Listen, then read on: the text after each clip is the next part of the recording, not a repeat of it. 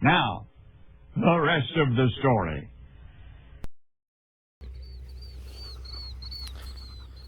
Welcome back to the rest of the story. So we got about 60 acres of corn to finish up. We just ran yesterday for, what was it? Ran to Decatur for parts, left here at 10 to 7, got there about 8, came back home by, I think it was 10 o'clock, we were up and running. Corn really hasn't been in the ground that long. This stuff was in the ground a week ago. Today is Wednesday. It was put in the ground last Wednesday. And just skimming the surface,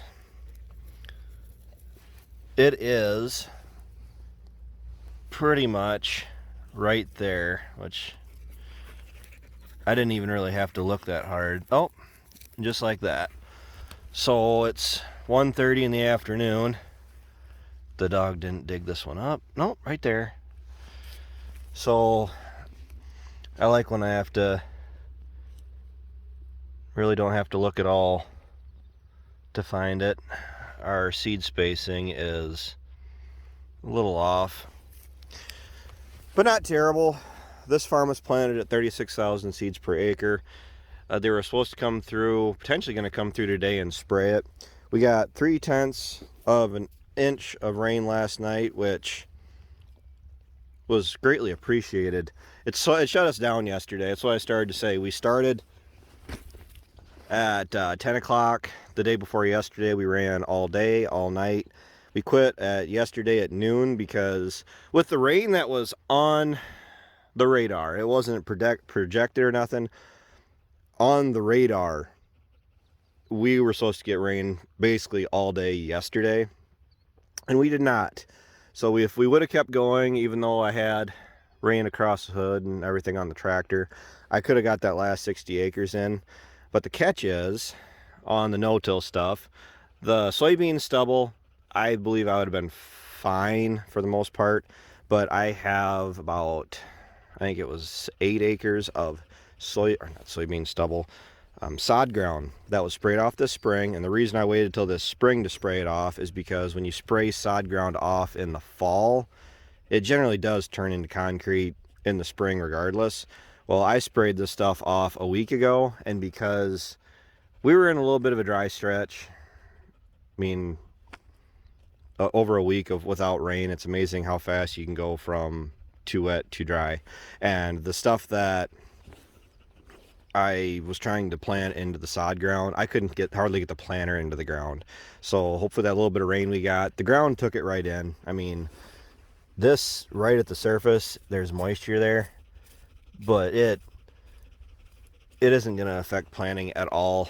And the farm I got to go to is about, not quite 15 miles away, and the planter's already sitting up there. I got to go through and service it. We ended up running through, it was 201 acres is what we got in from Monday morning till yesterday. And I would have been all 266 acres if we didn't get rained out, which ultimately we didn't. And we got this rain at about 5 o'clock this morning. And the ground in the field is still very much cracked. I mean, it's not like we have an abundance of moisture, but I've said it last year, another year like last year wouldn't really bother me. And what I mean by that is, I mean, that just crumbles. It's not like it's super duper hard. But another year like last year is you have enough moisture there to get the seed to germinate, and enough there in the soil to keep the plant growing. But generally, I want it to root down. I don't want all the roots to basically have an easy life early on. I want them to actually have to get down, find moisture, find the nutrients, and then if the water can start back up, which I don't have the personal phone number of the weatherman or Mother Nature, but if it could rain a nice little soaker every Sunday, I'd be perfectly fine with that. And I'd be perfectly fine with the plant being a little stressed early on. They say you don't want corn to be to be stressed at all from the day it gets out of the bag. But the soybeans here, I can walk over to the soybean strip, and everything's actually getting a nice little green hue to it. And it's not the weeds, it's actually the soybeans. They were put in the 7th. I believe we started firing up. We fired up about the 7th. We really got going. There was some, what was it, about the 1st of May that I put in. I think I talked to you guys about. Was worried about the ground crusting on it. I still haven't gone and really thoroughly examined it. So you can definitely row the soybeans that are here. I mean, harrowed ground and chiseled, then disked, then harrowed ground. Definitely, I don't think hurt us. So for being as far along as they are, I think is what everybody's saying is so abnormal for us. Because, yeah, it's the 17th of May, I believe. And for having beans this far along is really not normal for us. But the 70, 80 degree heat, which they're calling for 82 again tomorrow. I'm wearing my winter coat. So 52 this morning when I got up, and the weather's been pretty variable. They are calling for a chance of freezing this weekend. I think it was Sunday, Monday. They're calling for potential frost in low-lying areas, and the only low-lying area I have is in corn, and that was just planted 2 nights ago. So I'm not too worried about it being out of the ground just yet. The stuff up at home here, I don't think we really got to worry about it.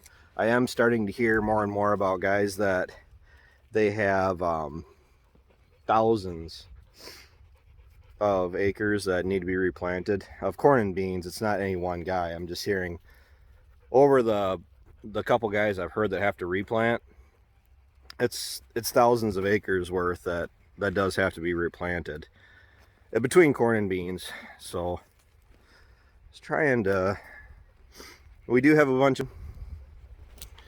that'll be all sprayed off when they come and spray the beans.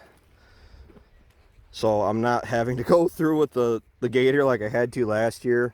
Early on in June, I ended up spraying for about 3 days. I sprayed a bunch of the heavy corn residue pressure, or second crop corn pressure, before they came in and were able to spray it again with the self-propelled. And what we ended up doing this year, I think we'll be fine. But soybean seed that got popped out of the ground, oh well. I think we're gonna be fine. We got a good enough start this year with it being warm like it was, and the corn and beans got up and running pretty well. It's hard to compare it to any previous year, which is what everyone likes to do. Is, well, last year or 3 years ago, or 2013, I think, is the slowest planting pace that the U.S. has had compared to this year. And I mean, all the more reasons to want to get the crop in is because for us, the radar or the weather forecast, a bunch of beans got kicked out right there. The weather forecast is calling for rain every other day starting Friday. Today is Wednesday. And I'm not really seeing here, maybe they got more rain to the west, but I'm not seeing a whole lot of reason here that we can't finish planting corn today. And for those of you that haven't been tuning in, the reason that we have so much volunteer corn and ears on the ground is because we had a bunch of down corn yet again last year. And, well, the appointment I was waiting for just rolled in, so I gotta go. With the down corn we had last year, volunteer corn was inevitable, but we are on a 50 corn soybean rotation generally across the majority of our acres. So like at the home farm here, it was pretty easy to roll it into soybeans the following year. We'll spray it for volunteer corn and we'll be set. All the corn is in soybean stubble. And with, I'm not getting paid to say any of this too, but with the Reveal row cleaners and the 360 degree waves huge difference, huge, on our willingness to plant directly into soybean stubble. We've had a lot of people ask us why we were working our soybean stubble or chiseling it or disking it and then planting into it that way. It's because the way our planter was set up, it did an absolutely terrible job. I shouldn't talk that bad on the planter. The way the planter was set up with the row cleaners that we had, they were fixed right to the row unit. So they did not float with the ground. They didn't, none of that. And the problem is then you'd have one that would be digging in really heavily into the ground, and then you'd have one that is set right where you want it. Then you have one that is barely doing anything, even if they're all set to the same settings. And the problem is they have to all be set to the same settings, because when you get in variable ground, you're constantly getting out and trying to fine tune them. So what I learned with those is you set them to where you're happy with initially, which is generally you drop the planter down, you go out, drop all the row cleaners so they're hitting the ground as aggressively as you want, and you roll. That's just all you can really do. My problem is with those is that it just felt like to get them aggressively enough, then you started breaking bolts that mount them to the planter, and we lost 2 last year that we ended up finding about a month after planting when we were cultivating, and they aren't built as heavy as these reveals. The reveals, I believe, is the cleaners themselves are actually cast, so they can take a lot more of abuse. The other ones we had were just, your plain old steel, and they bend. They didn't handle rocks as well. These reveal cleaners with the gauge wheel that they ride on, it keeps them at the height that you want them at. I can set them as aggressive as I want, and they do it. I can pick them up for transport, which I think is really neat. Maybe we don't need to, but being able to raise the row cleaners themselves right up against the frame, I think is really nice for some of the driveways we get in and out of.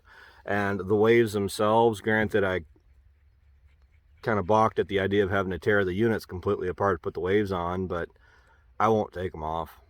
Those waves, especially in the soybean stubble, I was just sent, my agronomist sent me a video of this farm that he dug up, and being able to see the sidewall being busted open. The side that doesn't get hit by the wave was like concrete. It was hard, like he was hitting it with a wrench, and it wouldn't even crumble. And then the other side that wave gets ripped through, it just busts that soil down and loosens it up. It covers the seed, and I'm happy with them. I'm very happy with them. Once we go through and do the rest of the upgrades to the planter, which will probably be sometime between now and next year, I paint with a wide brush because I have no idea when we're going to do it. But we're going to take a lot of that stuff off, as far as the finger units and the chains and the bearings, because I'll talk about the planter when I get it in front of me again, and I'll complain thoroughly about why I'm so grateful that we're going to electronic drives and hydraulic downforce. I don't mind the airbags that we currently have, but the hydraulic downforce will give us more consistent depth control and getting away from the roller chains. I haven't had so many issues with roller chains on the planter until this year. Between the sprockets that are giving us issues and shear bolts that were never issues started giving me issues. So until next time, take care, take it easy, keep in touch. I'll talk to you later.